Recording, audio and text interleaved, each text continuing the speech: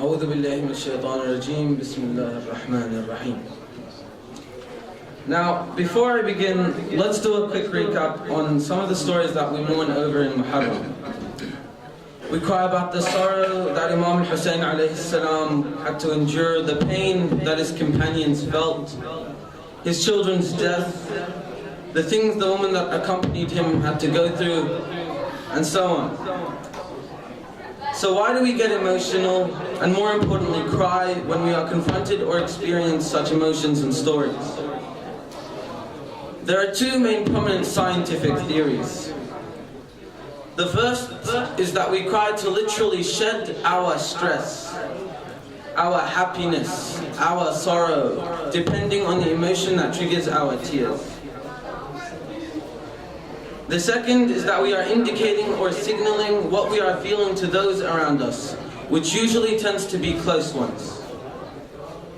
Now this links in perfectly with Muharram and Ashura. A, we are here to express our sorrow and shed it, and B, we want to showcase our sorrow and pain to our Imam and his companions, who most of us label as close ones. But during these musibahs that we sit and listen to, what do we accomplish or draw out? What can we use in our daily lives? Imam Hussein alayhi salam left many meaningful lessons and morals with his death. One of the lessons that we can learn from his death in Muharram is to warm our hearts. We cry in order to warm our hearts. From these musibahs and stories, we are subconsciously learning a lesson through our waterworks and emotions. We learn to put ourselves in other people's positions, to put our foot in other people's shoes, empathy and sympathy. This is one reason why we cry. We feel the pain, the sorrow, the loss that Imam al-Hussein had felt. That most of us even reach the extent of wishing to be with the Imam during the war. And I repeat, Ya laytana kunna ma'aka ya Aba Abdullah. We want to be with the Imam. We put ourselves in his shoes. We imagine how he would feel. We imagine everything he went through, and for that reason we let our tears out. We come to hear the musibah of Karbala every year, not only to mourn over the Imam, but we also come to practice our empathy and sympathy. Year after year, we are subconsciously following this lesson by coming to Muharram and shedding our tears. We soften our hearts by trying to understand the Imam and his pains. Now some of us cannot bring ourselves to tears. We find it very hard or difficult to relate to specific stories. Others may not understand the situation due to language barriers and so on. In this case, a specific quote that I hope most of us use can come into play. The first is, practice makes perfect, and the second is, fake it until you make it. If you can't shed your tears for whatever reason, fake them, trick yourself, act as if you are crying. The more you try to cry, the more likely you will. Now, we've had the scientific and spiritual point of emotions and tears, but what can we do with them? What can we achieve? What is the practical side of things? We know that crying for others achieves empathy. What do we do with that empathy?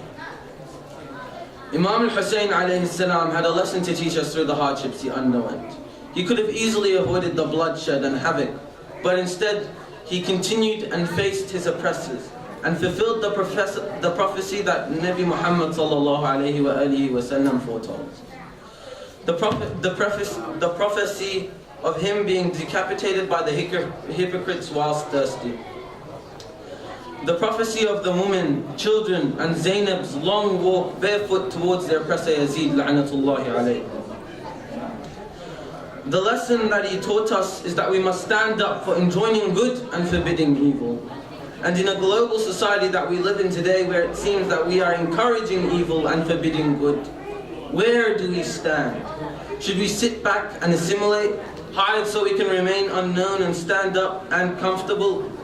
You know, sink in with the community, or as they say, go with the crowd? Or should we stand up for the rights of others despite what others may think? Do we have a role in society to make things right or not? Are we not the children of Imam al-Hussein alayhi salam? Do we not say that we follow the Ahlul Bayt? Do we not call ourselves the Shia of Ahlul Bayt?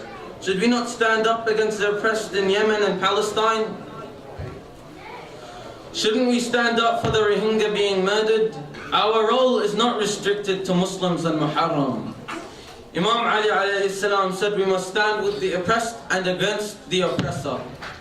That means we must stand with the Aboriginals and Torres Strait Islanders, the original people of this land, and fight their fight. It means we must stand with the environment against those who oppress it. This is the message of Imam al-Hussein. Imam al-Hussein is not dead, even though we may feel that he is, but rather, I hope he will not die, or we will not let him die. We will never forget his message. Each and every year we attend these Muharram programs to live these messages. So, this year I ask you, what will you do to give life to the message of Imam al-Hussein alayhi salam? Salawat.